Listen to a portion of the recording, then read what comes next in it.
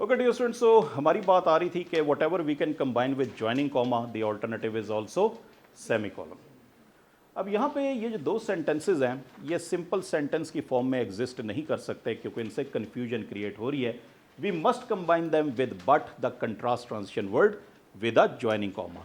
मगर हमने डिबेट कहाँ से शुरू की थी कि जहाँ पे हम ज्वाइनिंग कॉमा और कंजंक्शन लगाएंगे बट उसको रिप्लेस किससे कर सकते हैं? सेमीकोलन से भी। अब जरा इसको सेमीकोलन से रिप्लेस करें। Does it make sense? Huzaifa is intelligent, he does not work hard. ये वही प्रॉब्लम है जो पहले सेंटेंस में सिंपल सेंटेंस में हो गई है, यानी कि यहाँ पे सेमीकोलन इसका सही ऑल्टरनेटिव नहीं लग रहा। सो डियर स्टूडेंट्स, मैंने लिखा था कि 90% केसेस में सेमीकोलन को हरगिज ज़रूरत नहीं होती कंजंक्शन की।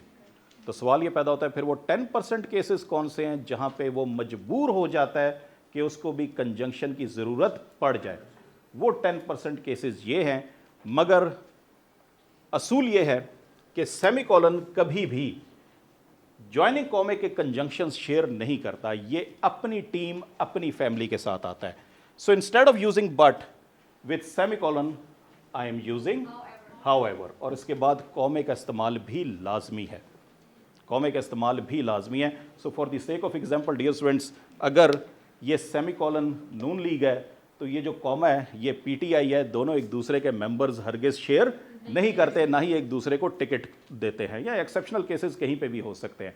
सेमीकोलन अपने मेंबर्स अपनी फैमिली के साथ आता है। जहां पे ज्वाइनिंग कॉमे के साथ आपने एंड यूज किया था, सेमीकोलन के साथ आप यूज करते हैं मोर ओवर, और इसके बाद कॉमे का इस्तेमाल भी करते हैं।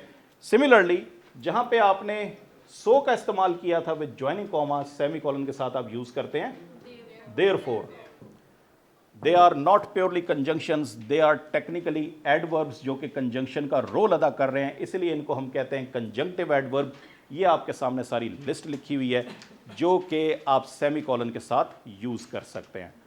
डियर स्टूडेंट्स, इन एसे राइटिंग आप अपने एक पैराग्राफ से जब दूसरे पैराग्राफ में जा रहे होंगे तो डेफिनेटली आप यही ट्रांजिशन वर्ड्स या कंजंक्टिव एडवर्ब्स यूज कर रहे होंगे अगले पैराग्राफ के आइडिया को पिछले पैराग्राफ से ज्वाइन करने के लिए।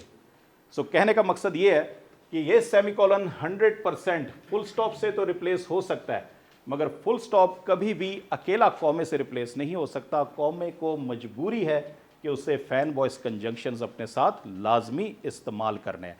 सो if you consider full stop as the father, then semicolon is the elder son.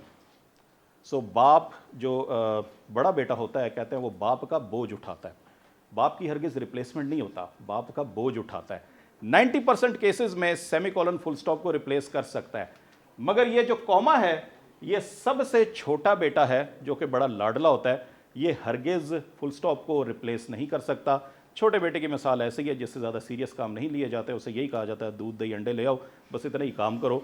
सो ये सबसे लाडला है, ये हरगिज फुल स्टॉप को रिप्लेस नहीं कर सकता। इसको इन फैन वॉइस कंजंक्शन की ज़रूरत पड़ती है जब फुल स्टॉप से इसे रिप्लेस करना हो। सो फुल स्टॉप की रिप्लेसमेंट जब दो सेंटेंसेस को आप कंबाइन करते हैं, एक तरीका है joining comma with fan voice conjunctions, coordinating conjunctions, और दूसरा तरीका है सेमीकोलन।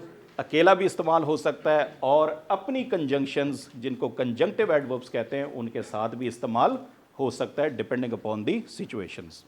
Is that clear? यहाँ पे बेटा हमारा सेमीकोलन का जो चैप्टर है ये भी ख़त्म हो जाता है।